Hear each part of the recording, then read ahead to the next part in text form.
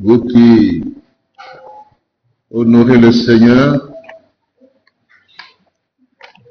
en étant ponctuel, en étant régulier dans sa maison.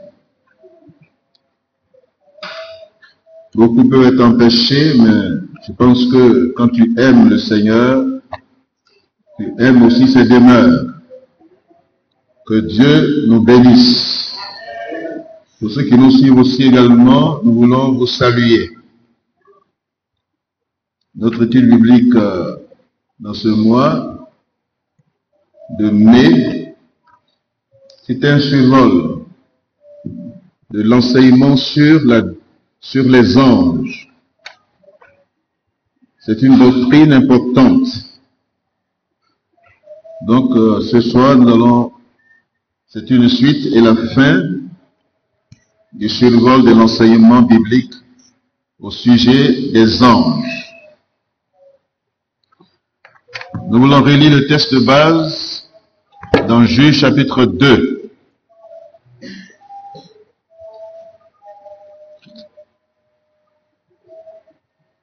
Il est important que les chrétiens que nous sommes, nous soyons réellement enseignés sur les différentes doctrines bibliques pour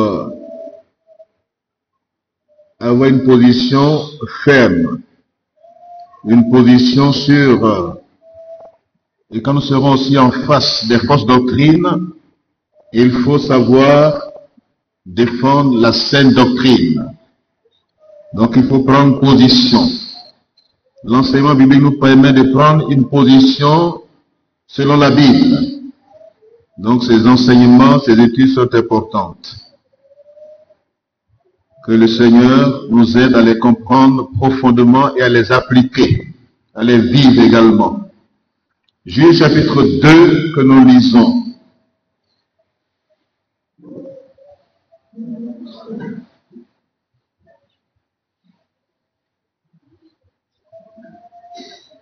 L'ange de l'Éternel monta de Gilgal à Bokim et déclara au peuple d'Israël: Je vous ai fait sortir d'Égypte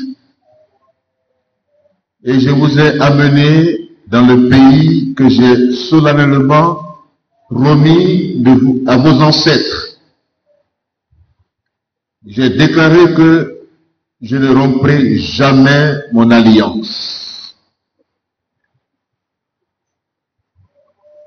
Et vous de même, avec les habitants de ce pays, et vous démolirez leurs autels. Amen. Donc voici les paroles de l'ange de l'Éternel. Que Dieu bénisse sa parole. Il y a 5 déclarations fortes dans ce texte adressé au peuple de Dieu. Ici, il est question de l'ange de l'Éternel. Et dans l'étude, on a vu que l'ange de l'Éternel, c'est la manifestation visible du Dieu créateur. Il se révèle. Il prend une forme visible. Aussi, c'est une illustration, aussi une manifestation du Christ avant son incarnation. Les 5 paroles fortes qui sont dites ici sont adressées au peuple de Dieu que nous sommes également. La parole de Dieu est une déclaration. C'est un décret divin. Immuable, ça veut dire que ça ne peut pas changer. Ça traverse tous les âges et tous les temps. Ici, les questions d'Israël, le peuple de l'ancienne alliance. Mais il est aussi question du peuple de la nouvelle alliance. Amen. Et nous sommes le peuple de la nouvelle alliance. La première déclaration, Dieu dit ceci: Je vous ai fait sortir d'Égypte. Amen. Et nous devons nous tous sortis de manière définitive de l'Égypte, symbole du monde actuel, de son système. Nous étions esclaves en Égypte, comme le peuple d'Israël. Et Dieu, par l'intervention de son Fils, est venu pour nous délivrer du contexte égyptien. Nous libérer totalement. Voici le départ, le point de départ de la vie chrétienne. La délivrance de l'Égypte. Amen. L'appartenance totale à Dieu. Dans la première parole forte est un fondement important. Ces 5 paroles sont des fondements importants qui déterminent notre appartenance au Dieu vivant, qui nous veut dans la liberté réelle et qui nous veut que nous prenions possession de l'héritage. Première parole, je vous ai fait sortir d'Égypte. Je vous ai amené dans le pays que j'ai solennellement promis à vos ancêtres. Donc pour nous, Canaan, c'est la vie éternelle. Alléluia. Quand on est délivré de la puissance du péché, du contexte égyptien, de la mort spirituelle, on reçoit la vie en abondance. Amen. Jésus est venu pour nous donner la vie en abondance. Et Canaan, ce territoire promis au peuple d'Israël, est pour nous la bénédiction, la vie éternelle. Alléluia. Et Dieu dit ceci, troisièmement, je ne romprai jamais mon alliance. Dieu est fidèle. Dieu respecte son engagement. Dieu tient parole. Il n'est pas un homme pour mentir. Ce qu'il dit, sa main est puissante pour l'accomplir. L'alliance de Dieu avec son peuple est une alliance éternelle. Amen. Dieu ne peut rompre son alliance avec son peuple. C'est la troisième parole forte. Quatrième parole forte, maintenant c'est adressé à nous.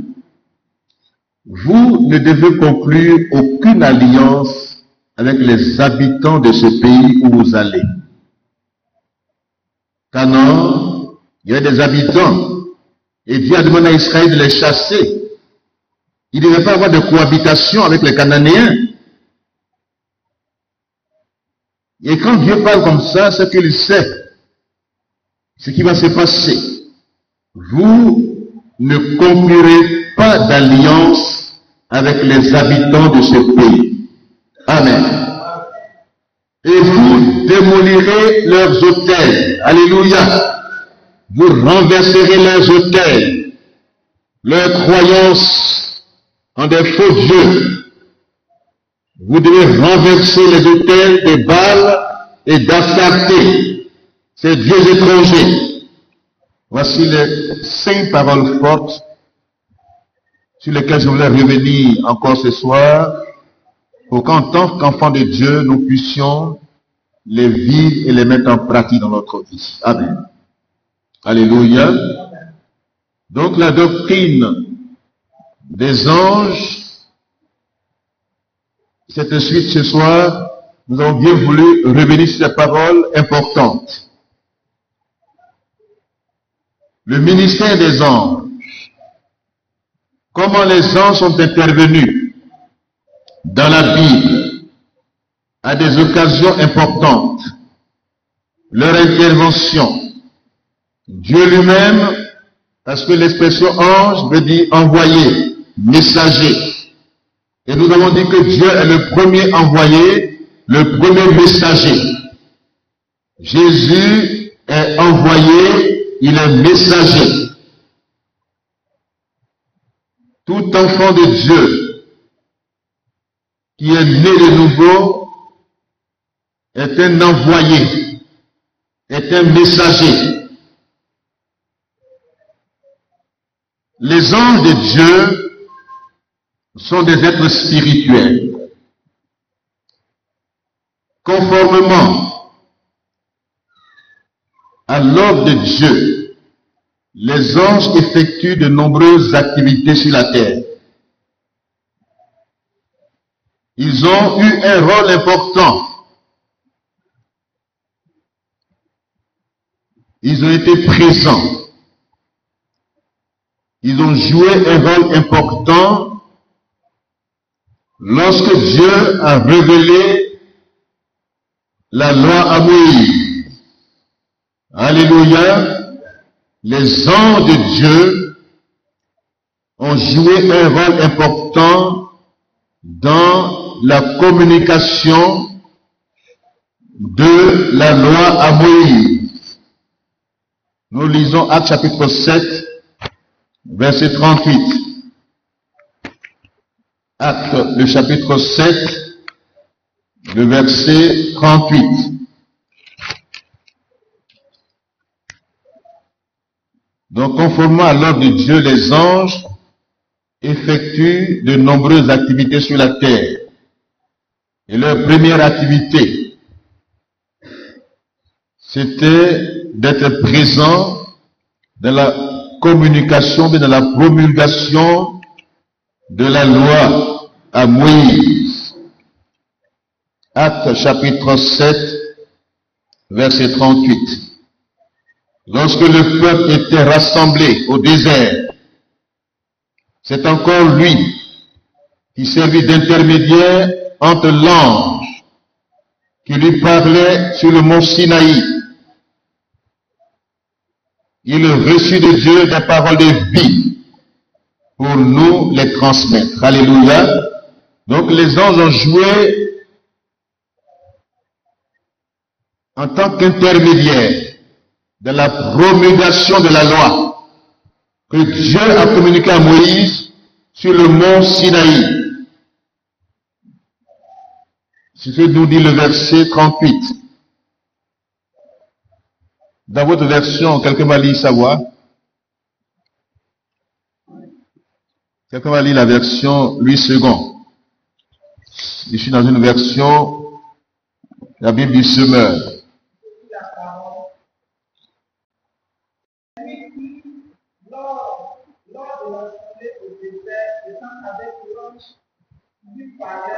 Sur la montagne de Sinaï et avec vos pères, au-dessus des orages du nord pour nous les. Alléluia.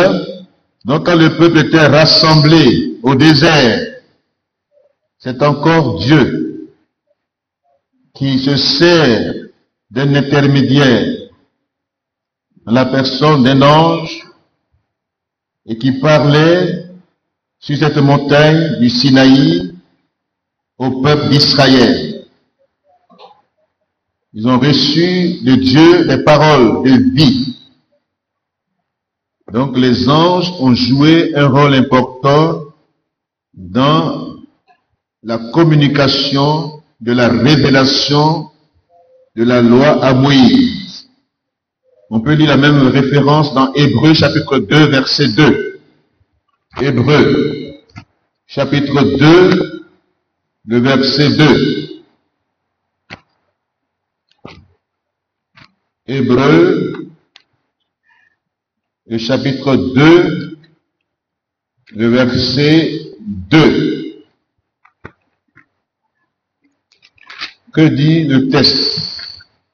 Il faut vérifier les textes. C'est pourquoi on lit cela. En effet, la parole transmise à nos ancêtres par des anges. Voyez-vous? En effet, la parole transmise à nos ancêtres par des anges est entrée pleinement en vigueur.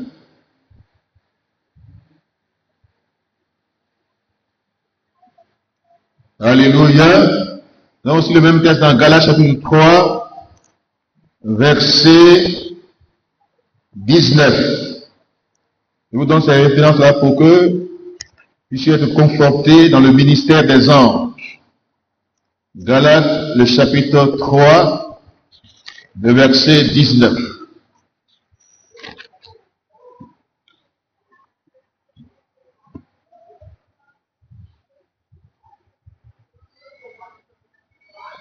Mais alors, pourquoi la loi?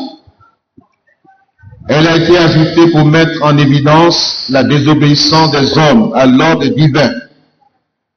Et le régime qu'elle a instauré devait rester en vigueur jusqu'à la venue de la descendance d'Abraham.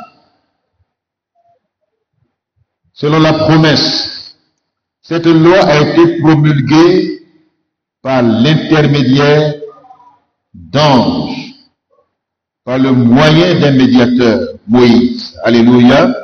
Donc les anges, conformément à l'ordre de Dieu, ils ont effectué de nombreuses activités sur la terre. Ensuite, leurs devoirs sont principalement associés à leur fonction dans le cadre de la mission rédemptrice. Même les anges ont joué un rôle dans la rédemption. Mission rédemptrice de Jésus. Matthieu chapitre 1, versets 20 à 24. Dans le cadre même de la mission rédemptrice, les anges étaient aussi présents. Matthieu chapitre 1, versets 20 à 24 que nous lisons.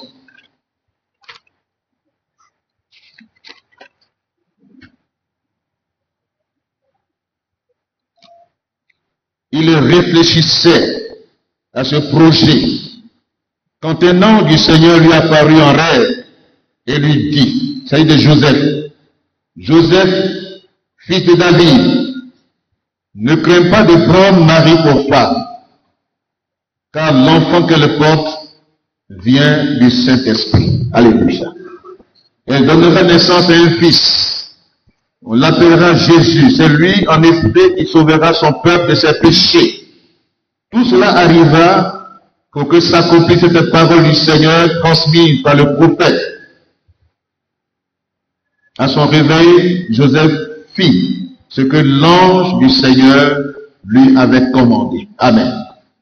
Donc les anges ont joué un rôle important dans le cadre de la mission rédemptrice. Quand on parle de rédemption, on parle de rachat, de salut, de délivrance par le paiement d'un prix. Et celui qui a payé ce prix, c'est Jésus. Donc il a fallu qu'un ange apparaisse à Joseph pour le convaincre de prendre avec lui Marie, sa fiancée. Alléluia. Nous avons ce même texte encore dans Matthieu chapitre 2, verset 13. Matthieu chapitre 28, verset 2. Luc chapitre 1, verset 2. Et Actes chapitre 1, verset 20. Même dans Apocalypse chapitre 14, verset 6. L'annonce de l'évangile éternel par les anges. Ça, c'est un ministère à venir.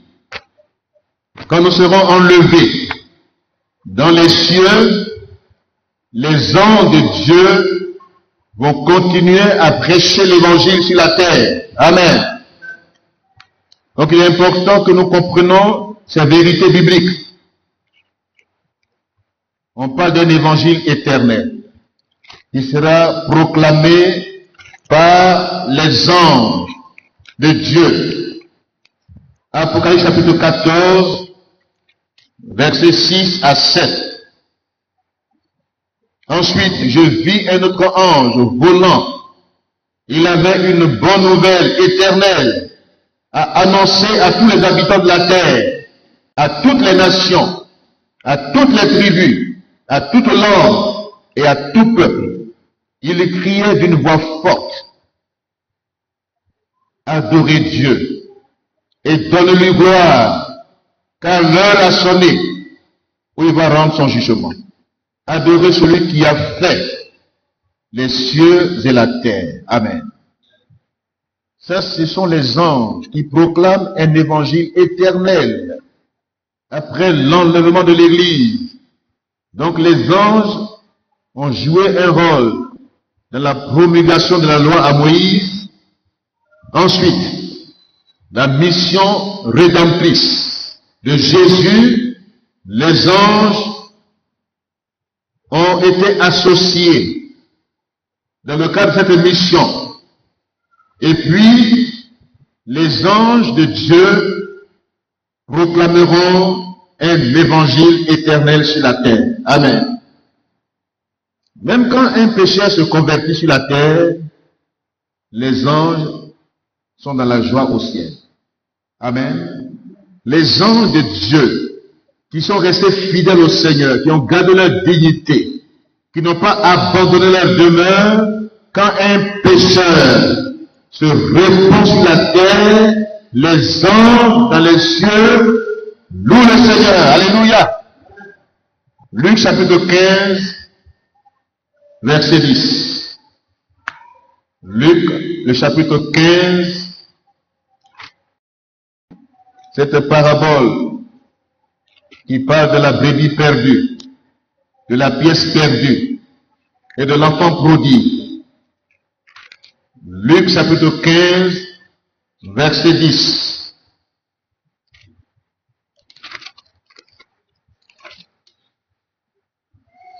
Nous lisons, de même, je vous le déclare, il y a la joie parmi les anges de Dieu pour un seul pécheur qui se repent. Amen. Voyez-vous comment les anges jouent un rôle important, leur ministère est important. Il se réjouit quand je suis converti. Quand je donne ma vie à Jésus-Christ dans les cieux, les anges sont dans les cieux. Il se réjouit dans le ciel. Alléluia. Et c'est le plus grand miracle. Le plus grand miracle.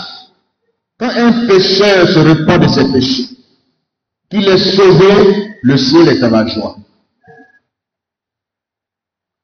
Et ce miracle-là, souvent, est mis de côté. La nouvelle naissance, le salut, la délivrance. Quand un pécheur se repent de ses péchés, les anges dans les cieux se réjouissent. Amen.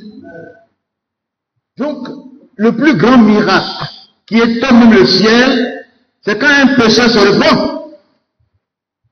La vraie repentance, la prise de conscience, comme l'enfant prodigue, il est entré en lui-même. Il a pris conscience de son état de pécheur devant Dieu et de la sainteté de Dieu. Il dit, j'irai vers mon Père, je lui dirai, Père, j'ai péché. Amen. Je lui dirai, Père, j'ai péché. Je ne suis pas digne, mais je bénéficie de ta grâce. Alléluia. Ce n'est pas repentance cultuelle. Ce n'est pas dire j'ai péché, j'ai péché. Mais la vraie repentance, l'abandon du péché dans ma vie. Amen. Me détourner de mes mauvaises voies et me tourner vers Dieu. Aller vers lui. Les anges dans les cieux se réjouissent avec le Père. Alléluia. Ce sont les serviteurs de Dieu, comme ce Père qui est présenté dans la parabole. Il dit à ses serviteurs, allez vite, faites ceci ou cela, car mon fils qui était perdu est retrouvé. Alléluia. Donc, nous, notre mission là, sur la terre des vivants, nous devons comprendre que le plus grand miracle qui étend le ciel, qui réjouit le ciel, c'est la nouvelle naissance, c'est la délivrance de la puissance du péché. Quand un pécheur se repent sincèrement, qu'il entre en lui-même, qu'il confesse ses péchés, qu'il s'en détourne, qu'il abandonne ses mauvaises voies, le ciel est dans la joie. Amen. Alléluia. Donc nous devons comprendre cette importance, ce miracle. Il n'y a pas d'autre miracle qui étonne le ciel. On ne dit pas dans la Bible, quand il dit la Bible, On n'a pas dit quand quelqu'un, il a reçu la guérison, le ciel est dans la joie. On n'a pas dit quand quelqu'un, il a reçu un déblocage, le ciel est dans la joie. Mais quand quelqu'un, il est béni financièrement, le ciel est dans la joie. Ou quand on prêche l'évangile de la prospérité à tout moment, ça n'influence pas le ciel. Par exemple, sur la terre, il y a des personnes qui sont plus prospères que nous. Ça n'influence pas le ciel. Le seul miracle qui fait réjouir les anges dans les cieux, quand un pécheur se repent sincèrement, qui se tourne vers Dieu, la joie est dans le ciel. Amen. Parce qu'une âme est sauvée. Il est passé de la mort à la vie, de la puissance de Satan à celle de Dieu. Son nom est inscrit dans le livre de vie de l'agneau. Alléluia. Est-ce que ton nom est inscrit dans le livre de vie de l'agneau? C'est ça, il faut se poser la question. Est-ce que mon nom est inscrit? Est-ce que je suis convaincu? J'ai l'assurance de mon salut. Est-ce que je suis né de nouveau? Est-ce que le ciel est dans la joie? Est-ce que mon cœur est dans la joie? Alléluia. Les anges de Dieu peuvent se manifester sous une forme humaine. Donc, il peut être présent visiblement sur la terre, mais leur demeure est dans les cieux. Amen. Alléluia. Même ceux qui exercent l'hospitalité, la générosité, la libéralité, qui aiment partager, qui exercent l'amour, le vrai amour sans hypocrisie, la Bible dit qu'ils ont logé des anges. Amen. Sans le savoir. Donc un enfant de Dieu vrai doit partager. Même souvent celui avec lequel tu partages, comme on a dit, les gens peuvent prendre des formes humaines. Ils peuvent se manifester en des formes humaines. Loger les gens, les recevoir, partager. Ne pas seulement penser à soi. Quand quelqu'un souffre à côté de toi, quand un malheureux crie, est-ce que ton cœur est ouvert pour lui donner ce qu'il te demande, mais ton cœur est fermé? Ceux qui ont logé, qui ont exercé l'hospitalité, ont logé des anges sans le savoir. Amen. Donc un chrétien qui est méchant, qui refuse même de donner à son prochain, qui souffre à côté de lui dans le quartier, qui n'a rien à manger, et qui ferme ses yeux. Mais il peut ne pas comprendre que les anges de Dieu, qui prennent des formes humaines, et qui font descendre l'échelle de Dieu dans notre vie, qui font monter les prières devant le trône de Dieu, et qui descendent avec les résultats. Si ton cœur est fermé à l'action, aux bonnes actions, aux bonnes œuvres, c'est souvent difficile que les anges de Dieu soient présents dans ta maison. Dis Amen. Sois présent dans ta maison. Si tu fermes ton cœur aux besoins des autres, si tu es égoïste, tu cherches pour toi seulement, tu ne penses pas aux autres, tu peux passer à côté de ce ministère des anges. Hébreux 13, versets 1 à 2. Hébreux 13, versets 1 à 2.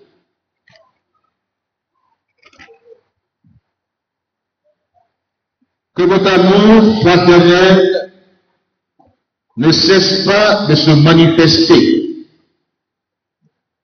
Ne négligez pas de pratiquer l'hospitalité, car plusieurs, en l'exerçant, ont accueilli des anges sans le savoir. Amen. Souvent, on pense qu'on fait du bien aux gens là. C'est souvent, Dieu est présent. Quand tu fais du bien, Dieu est présent dans ta vie, dans ta maison. Il écoute tes prières. Il exauce tes prières. quand tu es sensible aux besoins, des nécessités, même dans la communauté, quand on parle du social, tu t'investis dans le social, sans murmure, et que tu donnes pour que les personnes en détresse soient secourues. Sans le savoir, les anges de Dieu t'accompagnent. Amen. Alléluia. Sans le savoir. Parce que Dieu, c'est un Dieu d'amour. Alléluia. Et quand les gens prient, ils demandent à Dieu, Seigneur, pour avoir mes besoins. Il va passer par qui? Il va passer par toi. Quand on prie souvent pour dire, Seigneur, pour avoir mes besoins là, c'est pas Dieu qui descend du ciel. Forcément, dans certaines situations. Mais il fait de toi un messager. Alléluia. Un envoyé. Il fait de toi aussi un ange. Alléluia. Un ange qui répond et qui intervient. Mais en faisant le bien aux autres, en exerçant l'hospitalité, tu peux loger des anges dans ta maison. Amen. Alléluia. Donc, il est important que l'amour fraternel, l'amour du prochain nous habite pleinement. Quand tu fais du bien à quelqu'un, ne murmure pas. Ne te plains pas. Même à partir du moment où tu te plains déjà, bon, tu as déjà annulé ta bénédiction. Tu donnes quelque chose à quelqu'un, tu te plains de lui. Quand il s'en va maintenant, tu parles derrière lui. Tu dis, oh, les gens, ils nous fatiguent maintenant. Non, tu ne sais pas si c'est un ange qui est venu te visiter. Et puis tu te plains. Regardez Abraham. Genèse chapitre 18. Abraham a un besoin. Il priait le Seigneur. Abraham est hospitalier. Il a accueilli chez lui 3 personnes qui l'ont visité sans se plaindre. Il a dit à Sarah, vite, prépare la nourriture. Lisons Genèse chapitre 18. L'importance d'exercer l'hospitalité. Regardez ce qu'il a dit. L'Éternel apparut à Abraham près d'un chef de Marie. Abraham était assis à l'entrée de sa tente, réfléchissant, étant concentré, priant le Seigneur, demandant à Dieu d'intervenir dans sa vie, pour ce besoin dans sa vie, ce besoin important qui a fait qu'il a triché quelque part. Il est revenu sur le droit chemin. Et c'était à l'heure de la chaleur de la journée. Il regarda et il aperçut soudain 3 hommes. Amen. 3 hommes, 3 personnes qui se tenaient debout devant lui. Dès qu'il les vit, il courut à leur rencontre depuis l'entrée de sa tente et se prosterna jusqu'à terre.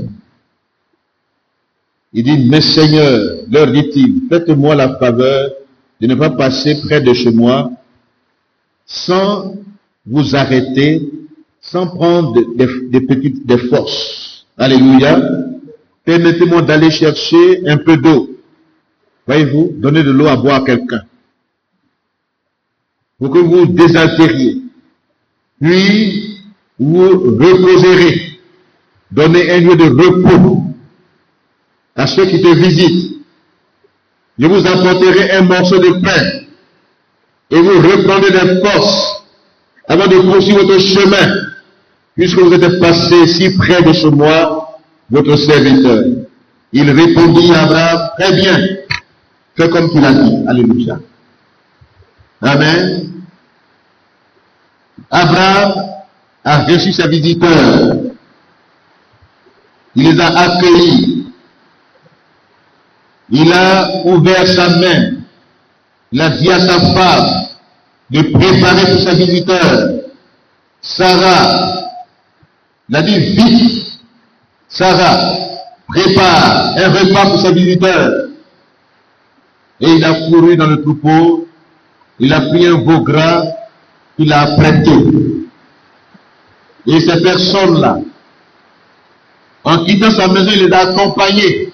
Alléluia, il n'est pas resté, il n'a pas dit bon manger, je suis à l'écart.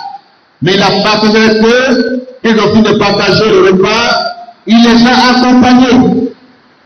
Et c'est en les accompagnant qu'ils vont dire, cachez-vous à Abraham, ce que nous voulons faire. Ils vont révéler le secret à Abraham, ce qu'il voulait faire. Et Abraham est devenu un intercesseur.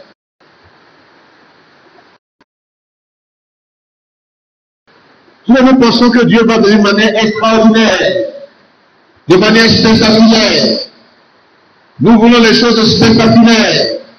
Mais Dieu, dans les beaucoup de choses qu'il pose comme acte, sans le savoir, il peut accueillir sur toi les hommes. Un malheureux qui accueille sur toi. Peut-être un homme qui veut te tester de ta sincérité, que Dieu nous aime. Alléluia. Alléluia. Vous m'entendez pas derrière?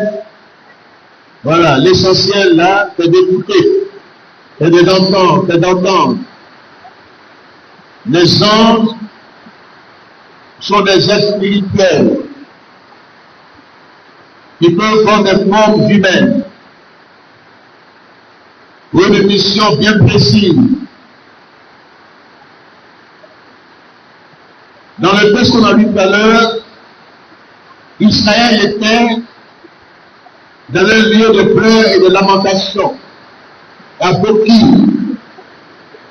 Et l'ange de Dieu est venu dans ce lieu de détresse, parce qu'eux-mêmes avaient désobéi à l'Éternel. Et l'ange a donné ces 5 paroles puissantes. Je vous ai fait sortir d'Égypte pour vous amener dans ce pays. Je ne romperai pas mon alliance avec vous, mais vous aussi, soyez fidèles. Comme l'ange de l'Éternel parlait ainsi, le peuple, qui se sentait vraiment coupable, a commencé à pleurer dans ce lieu. Donc, Bokim signifie lieu de pleurs et de lamentation. Comme à Baka, plaine des pleurs et des lamentations. Dieu veut transformer nos pleurs en cris de joie. Amen. Dieu vient à nous par ses anges.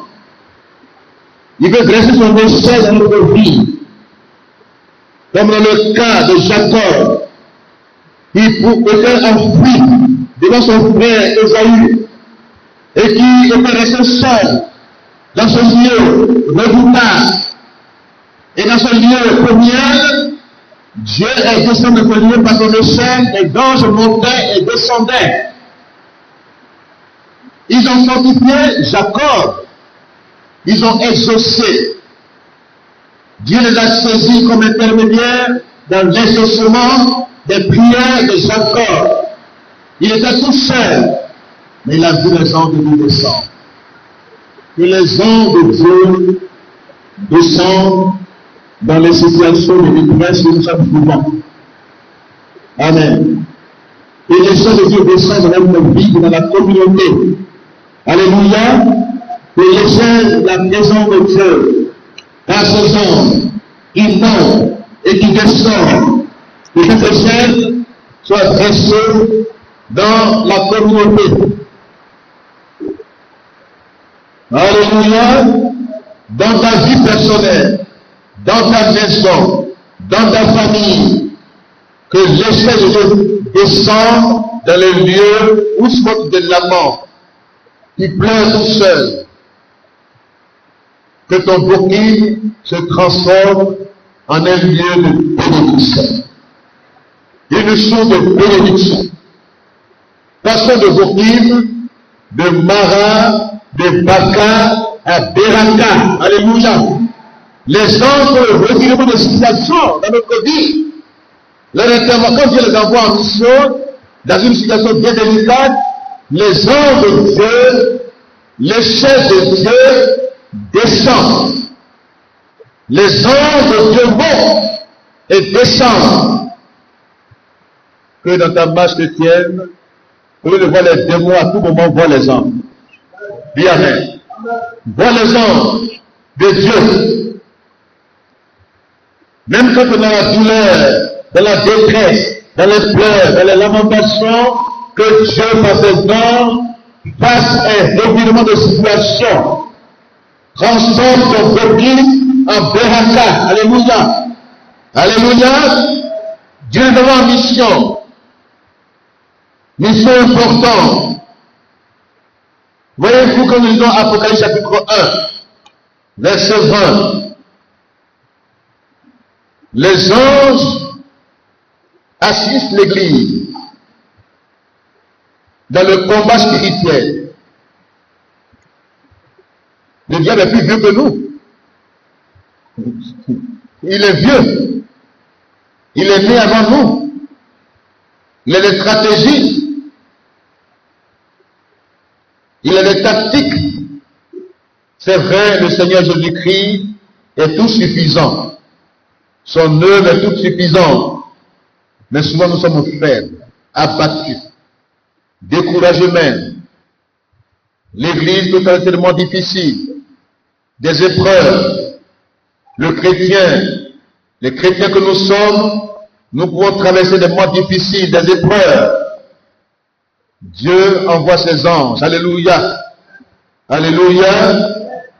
Les anges de Dieu nous aident dans le combat spirituel. Alléluia. Les anges de Dieu assistent l'Église. Ils assistent l'Église. Nous allons lire les références. Ils nous aident dans le combat spirituel et ils assistent l'Église. Apocalypse chapitre 1, verset 20.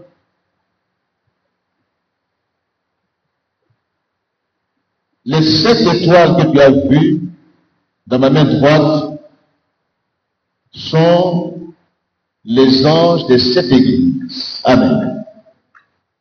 Et les 7 chandeliers sont les 7 églises. Il y a 2 explications à ce mot ange, à cette expression, les anges des 7 églises. Amen. D'abord, la première explication, c'est que Dieu a fait à toutes les communautés des anges. Il les assiste dans le combat spirituel. Amen. Dites Amen. Amen. Dieu affecte des anges qui assistent les communautés dans le combat spirituel. Ils observent la vie de la communauté. Les anges de Dieu nous observent. Alléluia. Mais ils nous aident dans le combat spirituel.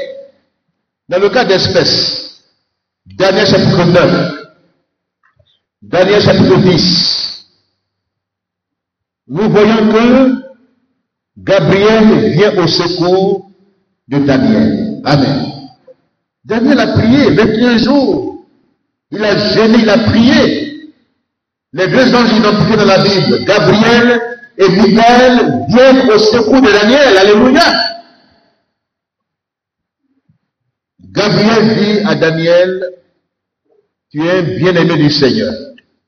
Je viens pour t'ouvrir l'intelligence, pour que tu comprennes la vision. Amen. Voyez-vous, c'est l'ange qui va ouvrir l'intelligence de Daniel pour qu'il comprenne la vision. Et Michael lui dit, depuis le premier jour, tu as commencé à prier. Ta prière est montée. Mais dans le 2e ciel, il y a une opposition farouche. Il a mis des anges négatifs. Satan et les démons se sont interposés.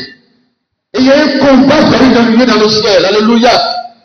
Et maintenant, on a traversé cette route céleste. Nous venons maintenant pour te dire, Daniel, tes prières sont exaucées. Alléluia. Voyez-vous comment c'est merveilleux? Il dit Daniel chapitre 9, Daniel chapitre 10. Souvent, les chrétiens que nous sommes, si nous ne comprenons pas le ministère des anges, sans exagérer, le culte des anges est proscrit par la parole de Dieu. On n'adore pas les anges. Même Jean a failli faire cette erreur, comme je l'ai dit la dernière fois. Il a voulu ce procédement-là qui lui a fait la révélation de l'Apocalypse. Il dit non, adore Dieu. Alléluia. Alléluia. Donc les anges de Dieu ont un ministère. Selon Hébreux chapitre 1, verset 13 à 14, ils ont un ministère. Ils servent Dieu et ils nous servent aussi. Dites Amen. Amen. Les anges servent Dieu. Ils sont devant le trône de Dieu. Ils chantent les louanges de Dieu. Ils adorent Dieu. Mais sur la terre, ils nous servent. Alléluia. Ceux qui vont hériter le royaume des cieux sont servis par les anges. Alléluia. Ils sont aussi nos serviteurs. Ils sont affectés aux églises. Ils sont les étoiles. Les anges, les étoiles que tu as vues sont les 7 anges. Dans les églises locales. Mais en même temps aussi, les messagers humains.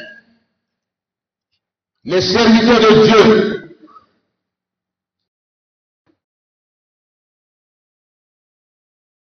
Qui dirigent la communauté. Qui exhortent l'église.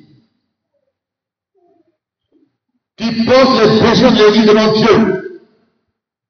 Qui sont fidèles, qui craignent Dieu. Comme l'apôtre Paul le dit aux Galates, il dit, mais vous m'avez accueilli comme un ange. Alléluia. Le plus vous apportez la parole de Dieu, mais vous m'avez accueilli même comme Jésus lui-même, comme un ange. Vous m'avez reçu comme un ange. Donc les serviteurs de Dieu fidèles, qui craignent Dieu, sont comme des anges. Certaines prédications qu'ils apportent, certaines paroles qu'ils apportent sont des paroles prophétiques. Amen. Qui répondent à des besoins bien spécifiques. Quand c'est sous l'onction de Dieu, du Saint-Esprit, qu'une prédication est apportée, souvent les gens ne comprennent pas quand on dit étude biblique, ils disent, oh mais ça là, mais c'est quel thème, c'est quelle chose ça, on va, oh, et la vie dedans, dites Amen. Les serviteurs de Dieu de Dieu, qu'ils communiquent. Les anges de l'Éternel, qui sont restés fidèles à Dieu, sont des messagers du Dieu vivant. Dieu les envoie dans des situations bien spécifiques pour nous assister, pour nous aider dans le combat spirituel. Ils combattent. Alléluia. Ils combattent de nos côtés. Des démons coriaces. Et les anges de Dieu interviennent. Alléluia. Ils nous aident dans le combat spirituel. Ma prière, c'est que les anges efficaces nous soient affectés. Amen. Des anges efficaces. Des anges de Dieu efficaces. Dans le combat spirituel, ils aident l'église. Alléluia. À la fin, là, vous allez voir, à la fin des temps, c'est un combat farouche entre les forces ténébreuses et les anges de Dieu efficaces. Alléluia. On va lire ça à la fin de l'enseignement. Mais comprenez que les anges de Dieu ont été affectés aux églises en tant que messagers envoyés par Dieu pour aider l'église, aider les croyants que nous sommes dans le combat spirituel. Amen. Il ne faut pas qu'on te dise que, oui, non, personne n'est fort. Souvent on est fatigué. Même quand tu dors souvent la nuit, tu sens des pressions nocturnes. N'est-ce pas vrai? Des attaques nocturnes. Il y a des influences nocturnes. Et c'est comme ça que Satan agit pour enlever la vie des gens la nuit. Mais toi tu es enfant de Dieu. Quand il vient te serrer même, les anges de Dieu sont là pour te défendre. Amen. Ton petit cri, quand tu veux prier, Jésus ne t'assort pas. C'est pas vrai souvent? Ça ne sort pas. Oh, non, il dit tais-toi ici. Un gros démon a été affecté pour venir te nuire à ta vie. Mais il faut l'intervention d'un ange puissant qui répond à ta prière pour le chasser. Alléluia. Alléluia. Donc comprenez le ministère des anges. C'est un ministère efficace. Ils servent Dieu, ils servent le peuple de Dieu. Ils assistent l'église. Mais dans cette salle ce soir, ils ont rempli la salle. Dites Amen. Alléluia. Ils nous assistent. Quand nous prêchons la parole de Dieu comme des anges, quand nous annonçons l'évangile, ils nous assistent. Ils sont des cœurs. Ils sont présents. Alléluia. Alléluia. Donc, ils observent la vie de la communauté. Prenez référence. 1 Corinthiens 11, verset 10. Prenez vos Bibles, on va chercher ensemble. 1 Corinthiens 11, verset 10.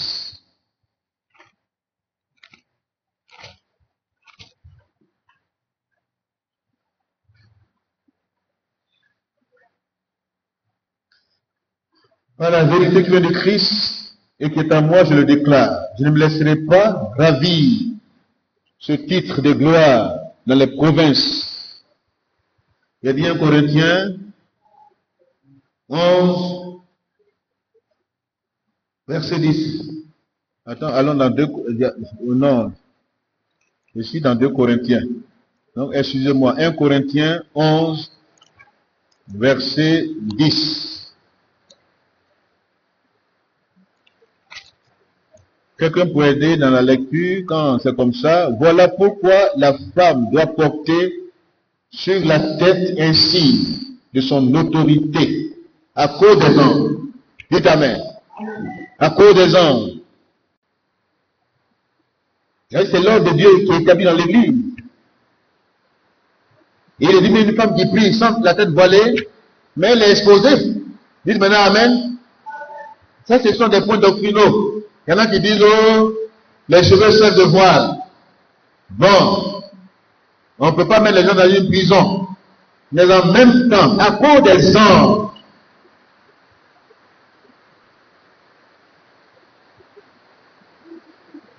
elle doit porter sur la tête un signe de l'autorité dont elle dépend, l'autorité de l'homme.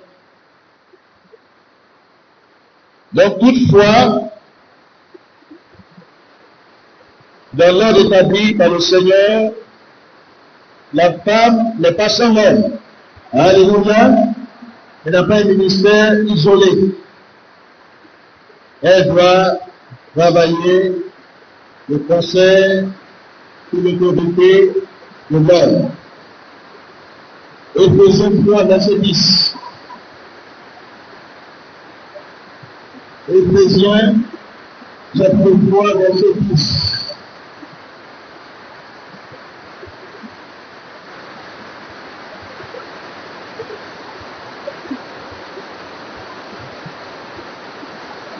L'église du Seigneur,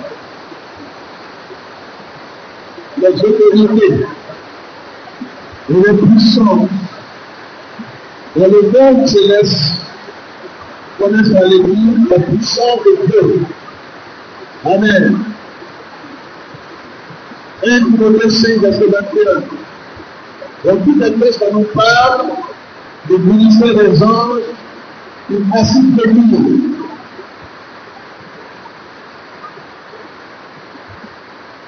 Il porte le message de Dieu à la communauté. Nous sommes porteurs de bonnes nouvelles, des messages de Dieu.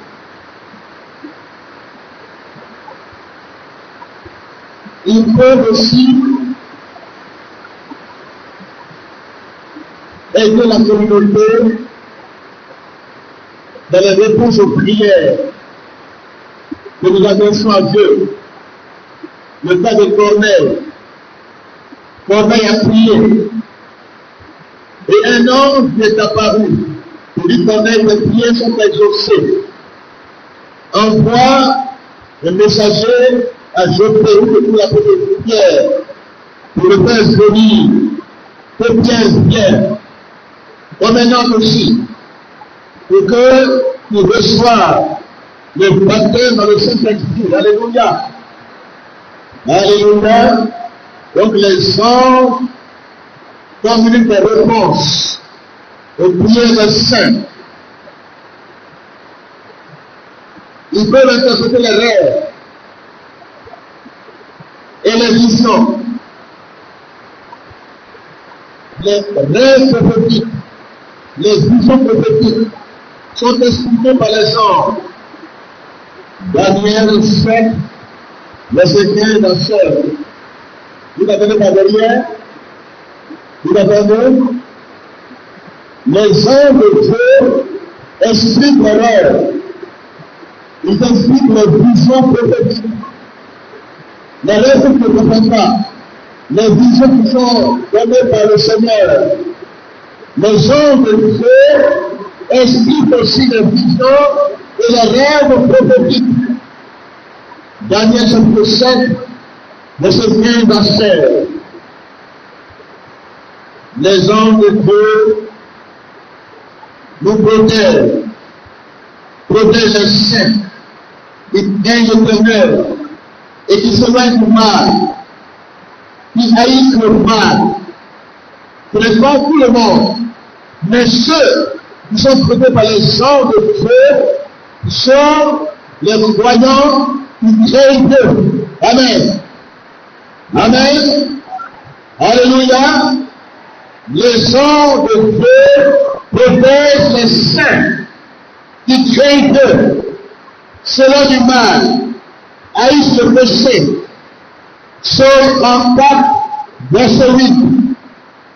Psaume 91, verset 11. Daniel 6, verset 22. Acte 12, verset 7. Nous voyons dans ce texte l'ange de l'Éternel campe autour de ceux qui le craignent. Et il les arrache au danger. Amen. Que Dieu se met cela, c'est qu'il faut craindre Dieu. Pour que son ange fasse autour de ta vie. Les enfants innocents, leur ange les garde, voient la face de Dieu de manière continue. Alléluia. Alléluia. Les enfants sont innocents. Les enfants sont gardés par les anges. Et les anges qui les gardent voient de manière continuelle la face de Dieu. Maintenant, pour les saints que nous sommes, les anges de Dieu campent au cours de notre vie pour nous arracher au danger, aux planifications sataniques. Il peut nous faire éviter de danger, les situations que Satan a planifiées. Quand tu crains bien, Dieu peut te conduire au bon endroit. Alléluia. Là où tu vas éviter la détresse, l'ange de l'Éternel peut prendre les devants. Il peut intervenir de manière miraculeuse dans ta vie. Un ange efficace. Quand Satan pense que c'est fini, quand la détresse est là, quand le danger est là devant toi, l'ange de l'Éternel campe autour de ta vie parce que tu crains Dieu. Amen. Les anges de Dieu campent autour de ceux qui les craignent. Psaume 91, verset 11, vous nous portez dans les mains. Alléluia. De peur de le pied de un de coup de pierre. Il nous porte. Il nous évite le danger. Il nous garde. Dieu nous protège par ses anges. Le sang de Christ nous protège. L'œuvre de Christ est complète et parfaite.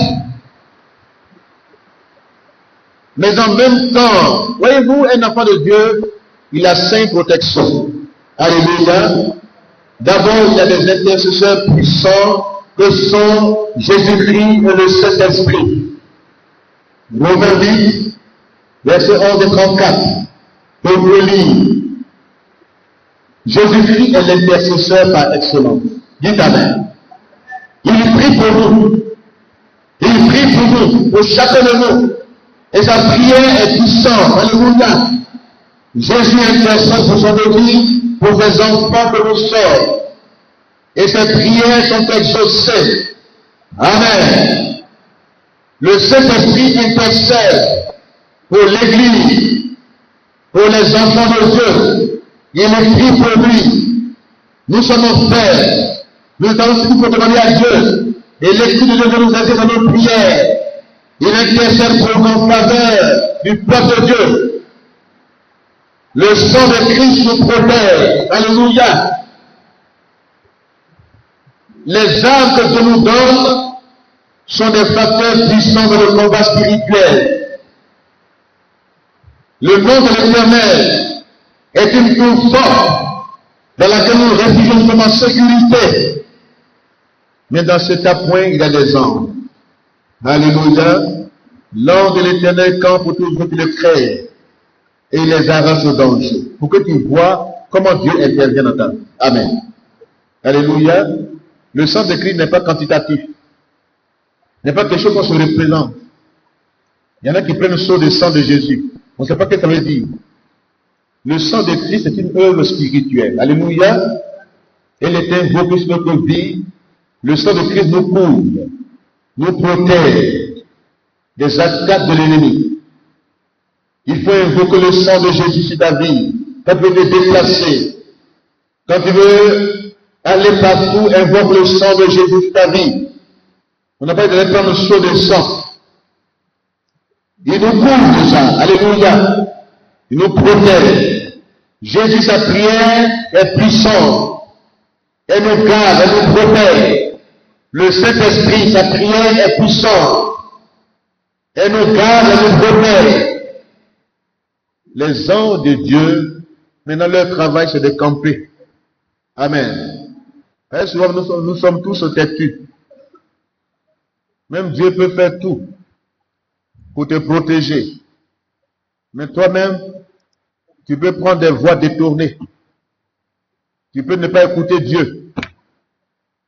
Tu peux faire à ta tête. Et tu peux faire certaines choses. Ce n'est pas des péchés flagrants, mais des péchés d'omission.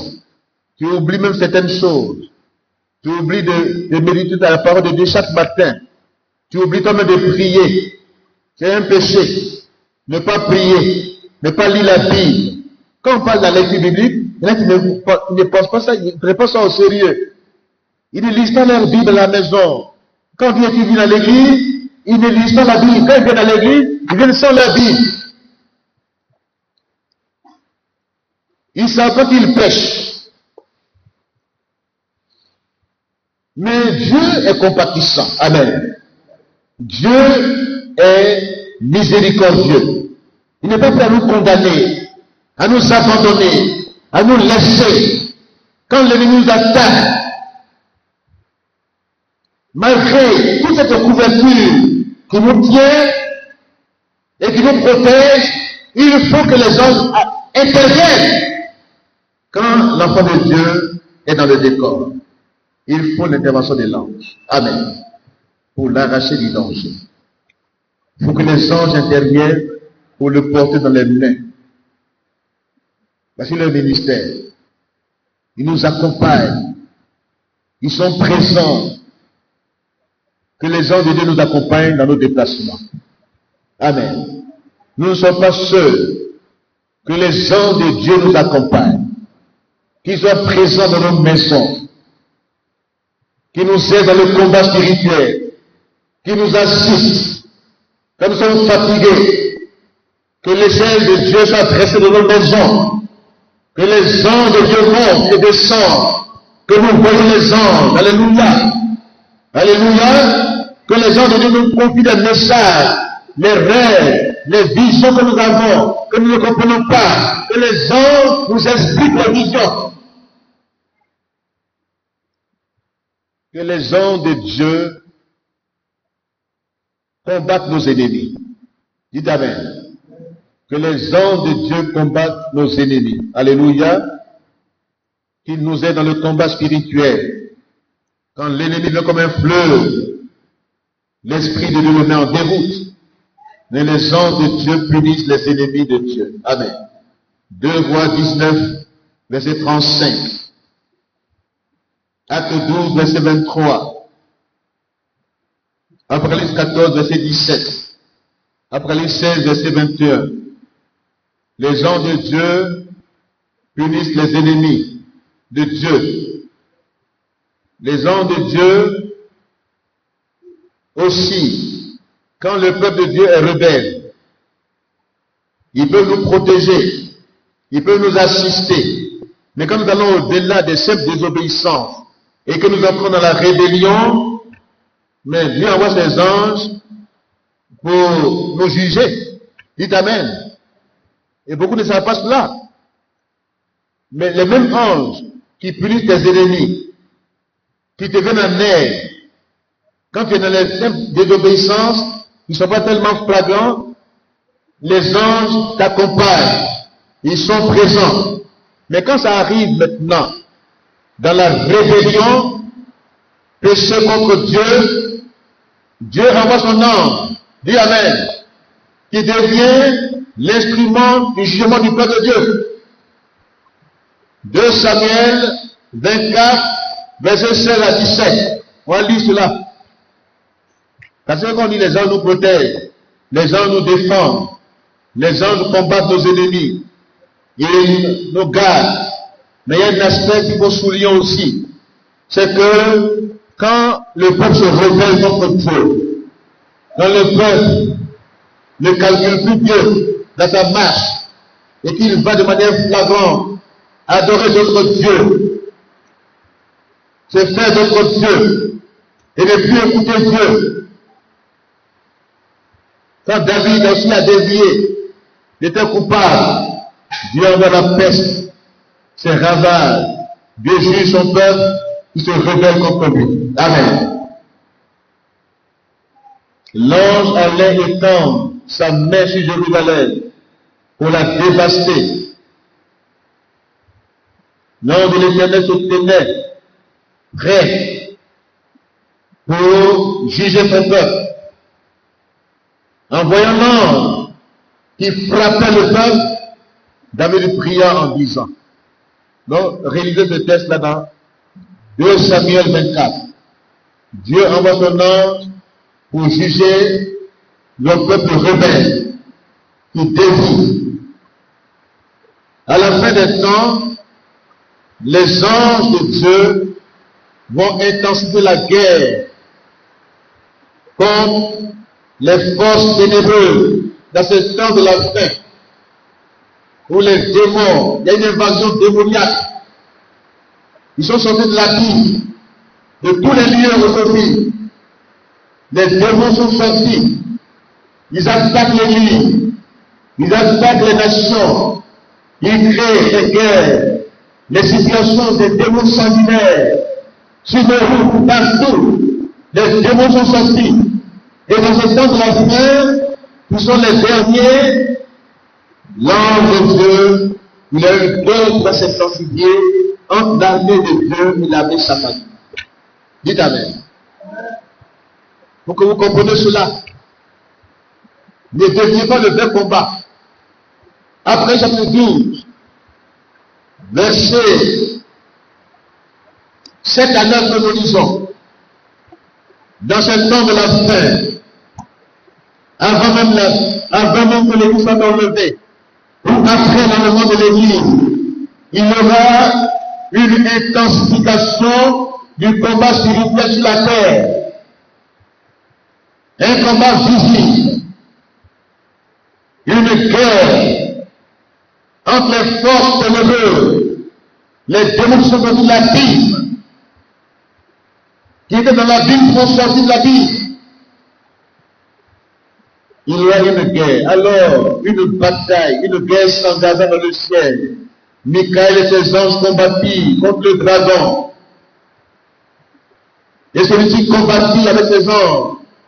Mais le dragon ne remporta pas la victoire et ne put se maintenir en position dans le ciel. Il fut précipité. Le grand dragon, le serpent ancien, qu'on appelle le diable et Satan, c'est celui qui séduit la terre tout entière. Il fut précipité.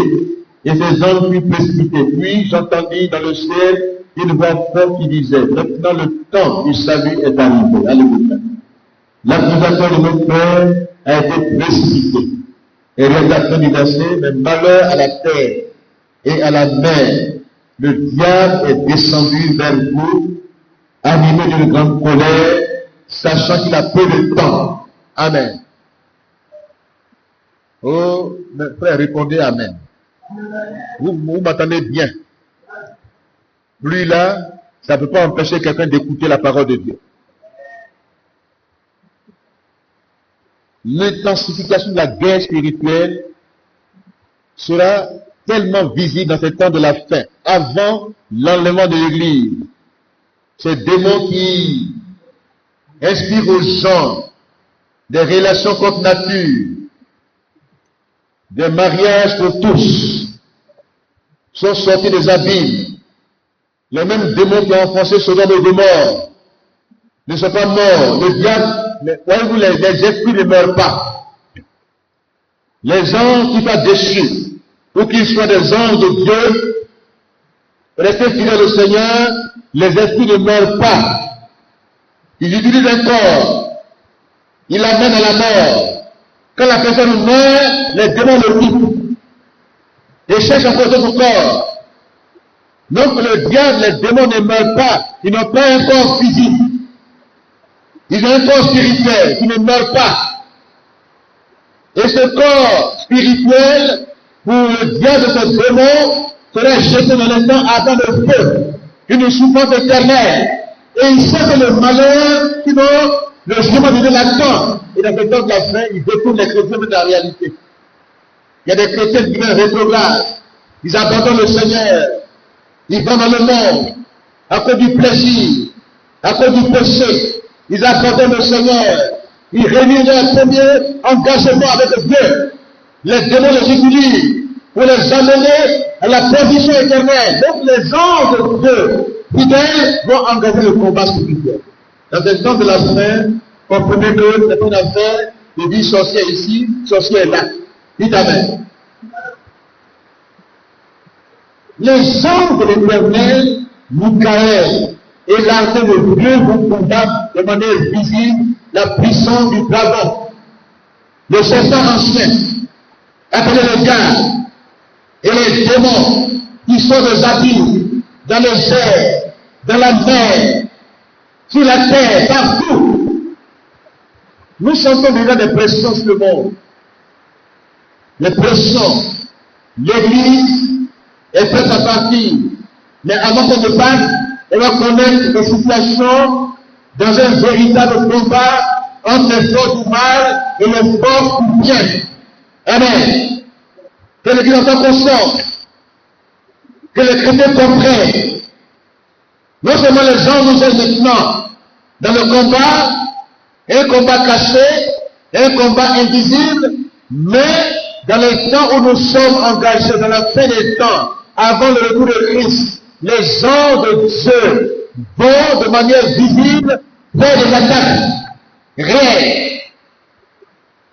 Il y a des forces mystiques, les forces occultes, inspirées par les démons. Ils adorent le diable maintenant vis-à-vis. Ils le représentent. On a vu le cas du Brésil la dernière fois. Satan est en train d'organiser les hommes et les femmes pour empêcher le retour de Christ. Il attaque à outrance. Celui qui fait que les hommes se marient entre eux, les femmes se marient entre elles, la dépravation des mœurs. Ça vient des démons, que le diable et un serviteur de Dieu qui légalise des choses, il est l'agent de Satan. Dites Amen. Comment quelqu'un qui prêche l'évangile, qui connaît ce nom de Gomorrhe, comment Dieu est descendu, il a consumé ce pays, il a consumé ces deux régions, peut dire, il y a un mec qui dit que le texte de Sodome et Gomorrhe, on va répéter ça de la Bible. Ce n'est pas Dieu. Comment Dieu peut envoyer le feu du ciel et puis consumer le reste? Ce n'est pas Dieu. Et il légalise le même péché que les démons ont envoyé à Sodome et Gomorrhe sont légalisés aujourd'hui. Par des soi-disant prédicateurs de l'évangile, agents de Satan, même s'ils font des soutanes, même s'ils parlent le nom de Dieu, s'ils légalisent les choses, ils vont contre Dieu lui-même. Et Dieu va envoyer ses anges dans le temps de la fin. Dieu va envoyer ses anges qui vont combattre contre le dragon. Amen. Donc le peuple de Dieu doit être armé dans la connaissance du vrai combat spirituel. Dites Amen. Dites Amen plus fort. Le vrai combat. Est-ce qu'il a vu le dragon? Qui l'a vu? Mais c'est pas visible. Sur la terre. C'est encore de nous qu'il est encore caché. Notre présence l'influence. Mais avant que nous le fassions, et après que nous soyons partis, le Dieu sera visible sur la terre. Avant le départ de l'Église, on le reprend déjà, on l'adore. Ils blessent le nom du Christ, ils adorent le diable, ils font des techniques humaines. Ils versent le sang, ils blasphèment, ils adorent le Dieu de la vie. Et Dieu ne va pas se taire. Dieu a fait lever son armée d'anges puissants, une armée puissante va descendre. Alléluia. Pour contrecarrer les actions de Satan, lui dit il va empêcher le retour de Christ. Il a fait sortir tous les démons de l'enfer, sinon des abîmes, pour dire empêcher le retour de Christ. Mais les anges de Dieu vont le combattre. Alléluia. Et vous allez lire l'Apocalypse, un seul ange va le lier pour le jeter dans l'abîme. Mais avant cela, Apocalypse 12 nous dit qu'il y a une guerre qui se prépare dans le ciel. Satan n'est pas encore précipité sur la terre. Beaucoup pensent qu'il est encore sur la terre. Il n'est pas encore sur la terre. Il est dans le ciel. Dans le deuxième ciel. Jésus et son armée sont dans le troisième ciel. Et Satan, il est là, sa voûte céleste, ce nuage est là, entre le troisième ciel et la terre. C'est là l'installer. Mais qui va le dégager? Il faut une propre amélioration qui va le dégager. Michael va le dégager. Alléluia. Ils vont combattre. Il doit être guerre dans le ciel entre l'armée de Dieu et l'armée de Satan. Ils seront précipités sur la terre. Et la Bible dit malheur à la terre. Car le diable est animé d'une grande colère, il est descendu vers vous. Et aujourd'hui, la terre gémit. Le monde gémit. Satan est animé d'une grande colère. Sachez qu'il a peu de temps. L'Église doit être consciente de ces choses. Alléluia. L'Église doit se réveiller. Les chrétiens doivent se réveiller dans le vrai combat spirituel. Ne plus jouer avec les propositions sataniques, diaboliques, que les refuser. Derrière ces propositions, le diable est caché derrière. Les forces ténébreuses sont cachées derrière. Nous devons prêcher l'évangile dans ces temps de la fin. Dites Amen. Dans nos villages, dans nos campements, dans tous les lieux. L'âme que nous avons, l'évangélisation est l'affaire de tous les chrétiens. Dans ton quartier, dans ton voisinage, ne ferme plus la bouche. Dis à tes frères, dis à ceux qui croient avec toi que Jésus-Christ est seul. Alléluia. Ils ont des situations difficiles, ils sont liés par Satan. Il y en a qui ont une maison de canaries, des fétiches. Personne qui va les protéger. Mais l'ange de Dieu nous protège. Amen. Le sang de Jésus nous protège. Nous, les enfants de Dieu, sommes dans la vraie sécurité. Donc, disons à ceux qui ont de fausses sécurités, disons-leur que la vraie sécurité, c'est Jésus-Christ. Satan les trompe, les amène en enfer. Mais toi, en tant qu'enfant de Dieu, cherche-les, proclame l'évangile. Ne vois pas les hommes comme des ennemis. Dis Amen. Les gens ont besoin de salut. Nous avons besoin de notre évangile. De notre Jésus que nous prêchons. Qui n'est pas Jésus qui nous arrête. Quand on va les sorciers partout, ce n'est pas l'évangile qu'on prêche.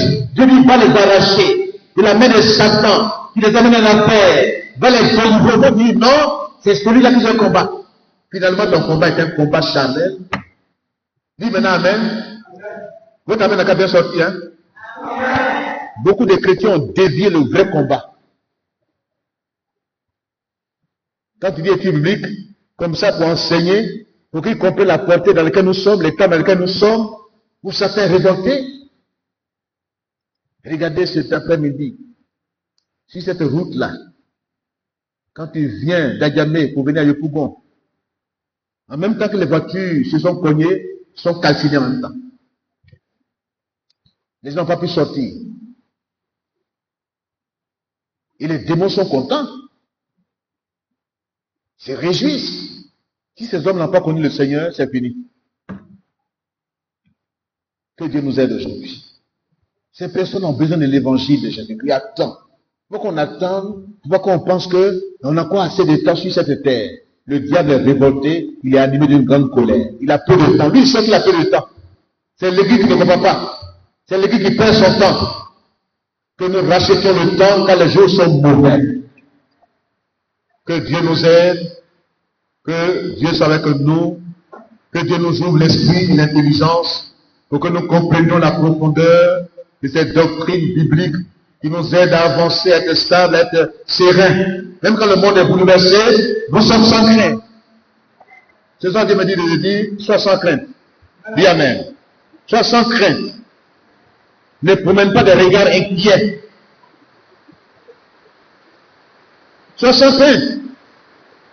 Pourquoi tu as peur? N'aie pas peur. Dieu, sa volonté triomphe toujours. Alléluia. Dieu triomphe toujours. Ne crains rien, ton Dieu est avec toi. Que le Seigneur bénisse sa parole. Amen.